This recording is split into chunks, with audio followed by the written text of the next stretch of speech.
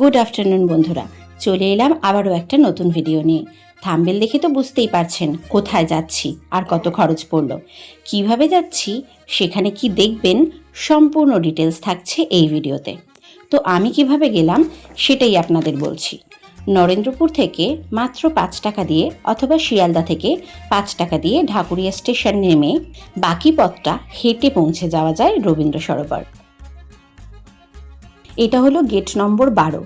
দেখুন, এই gate number 12-র ভিতর থেকে আমরা আজকের প্রবেশ করলাম। এখান থেকে হেঁটে হেঁটে আমরা পৌঁছাবো গেট নম্বর 10-এ।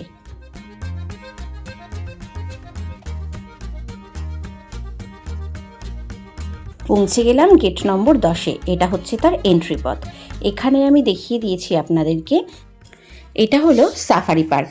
এখানে কোনো প্রবেশ মূল্য লাগে না। আর পার্ক কখন খোলা থাকে একটু জুম করে দেখুন। এপ্রিল থেকে সেপ্টেম্বর সকাল 5টা থেকে 9:30 পর্যন্ত, বিকেল 4টে থেকে সূর্যাস্ত পর্যন্ত। আবার অক্টোবর থেকে মার্চ সকাল 5টা থেকে 9:30 আর বিকেল 3টে থেকে সূর্যাস্ত পর্যন্ত। আর এটা দেখুন, এটা হচ্ছে নেচার পার্ক। খুব সুন্দর এই পার্কটা। কাছে ছোট বাচ্চা থাকলে খুব আনন্দ করবে। এখানে আছে দোলনা, স্লিপার, সিস, এরকম বেশ কিছু জিনিসপত্র রয়েছে যা বাচ্চাদেরকে ভীষণ আনন্দ দেবে। আর রয়েছে জিমের নানান রকম জিনিসপত্র।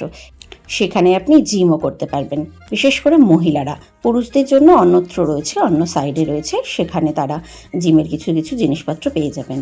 আর এটাকে বলা হয় লেক মসজিদ।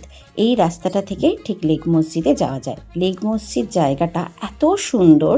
ওই দেখুন, এখান থেকে দেখা যাচ্ছে ওই যে জলের উপরে ব্রিজটা, আর ঠিক এই যে রাস্তাটা এর পাশ থেকে চলে যাচ্ছে, এখান থেকে ওইখানটাতে যেতে হবে। তো চলুন। তো এই হচ্ছে পুরো লেকের ভিউ। দাঁড়িয়ে থাকলে দুর্দান্ত লাগবে এখানে দাঁড়িয়ে, জাস্ট নিজের প্রিয় মানুষের সঙ্গে একটু সময় কাটানো। এই রবীন্দ্র সরোবর এমন একটা জায়গা যেখানে বাচ্চাদের জন্য যেরকম ঘোরার জায়গা রয়েছে, পার্ক রয়েছে, তেমনি একান্তে সময় কাটানোর জন্য একটা আদর্শ জায়গা। নিজের প্রিয় মানুষের সাথে বসে দুটো সময় কাটানো, গল্প করা বা এখানে হাঁটা, মানে সব কিছুর জন্যই একদম আদর্শ জায়গা। আমাদের কলকাতার এত কাছে, তাও মাত্র 5 টাকা খরচা করে সেখানে পৌঁছে গিয়ে অসম্ভব ভালো লাগবে। একটা বেলা খুব সুন্দরভাবে কাটানো যায়।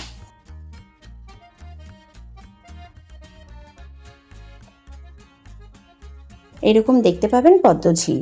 আমরা যেদিন গেছিলাম সেদিন সকাল থেকে বৃষ্টি হচ্ছিল, তাই পদ্ম পাতার উপরে ছোট ছোট জলের বিন্দু দেখতে সত্যিই খুব ভালো লাগছিল।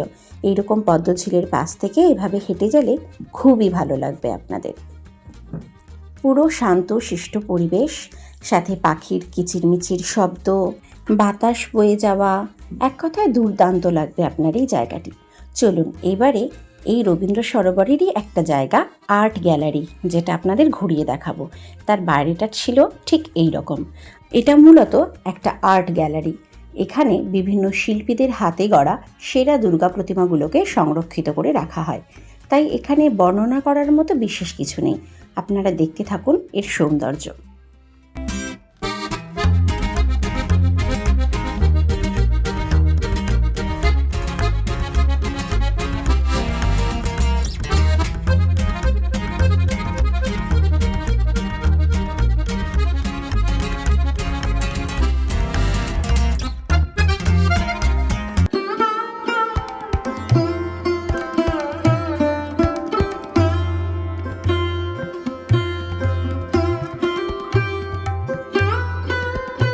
এই জায়গাটি দুর্গা মন্দির নামেও প্রসিদ্ধ।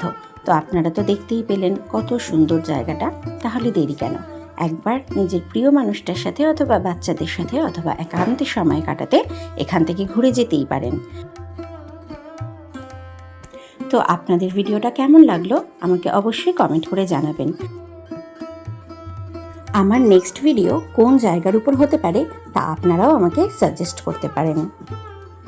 আপনারা সবাই ভালো থাকবেন, সুস্থ থাকবেন ও আনন্দে থাকবেন। ধন্যবাদ।